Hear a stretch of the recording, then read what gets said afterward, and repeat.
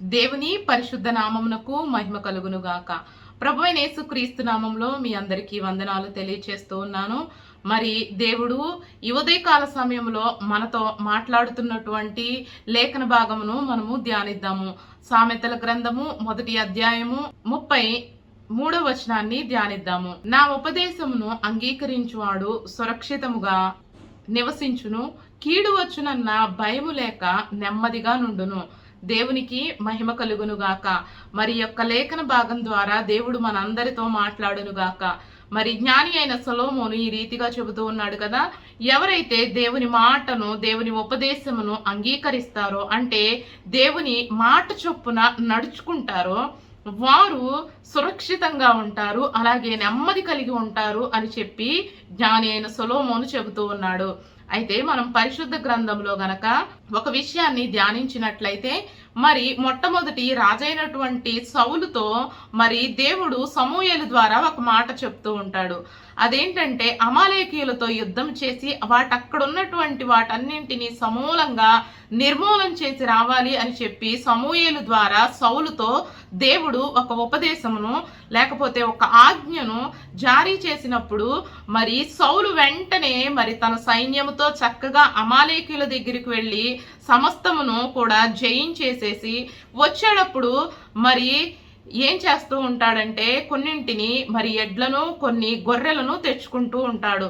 అయితే మరి ఎంతో జయోత్సవంతో, ఎంతో జయధ్వనులతో మరి సమూయేలుని ఎదుర్కొంటాడు ఈ యొక్క సౌలు. దేవుడు చెప్పింది నేను చేశాను అని చెప్పి సమూయేలుతో సౌలు చెప్పినప్పుడు ఈ యొక్క సమూయేలు అంటూ ఉంటాడు కదా, అయితే ఆ ఎడ్ల యొక్క రంకెలు ఏమిటి, ఆ గొర్రెల యొక్క అరుపులు ఏంటి అని అడిగినప్పుడు, మన దేవునికి బలి అర్పించడానికి ఆ యొక్క అమాలేకీయుల ప్రాంతంలో మరి క్రొవ్విన వాటిని, పశువుల్ని తీసుకువచ్చామని చెప్పి సమూయేలుతో చెప్పినప్పుడు సమూయేలుకి చాలా మరి వేదన కలుగుతుంది. ఎందుకంటే సమూయేలు అంటూ ఉంటాడు కదా, ఇదిగో దేవుని మాటకు విరోధంగా నీవు చేసి ఎంత కీడు తెచ్చుకున్నావు అంటాడు.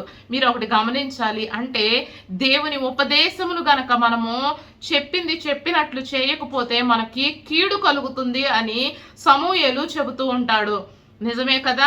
అందుకే జ్ఞాని అయిన సొలొమోను కూడా అంటూ ఉంటాడు కదా, మరి దేవుని యొక్క ఉపదేశమును అంగీకరించిన వాడు సురక్షితంగా ఉంటాడు, లేకపోతే మనకి కీడు వస్తుంది.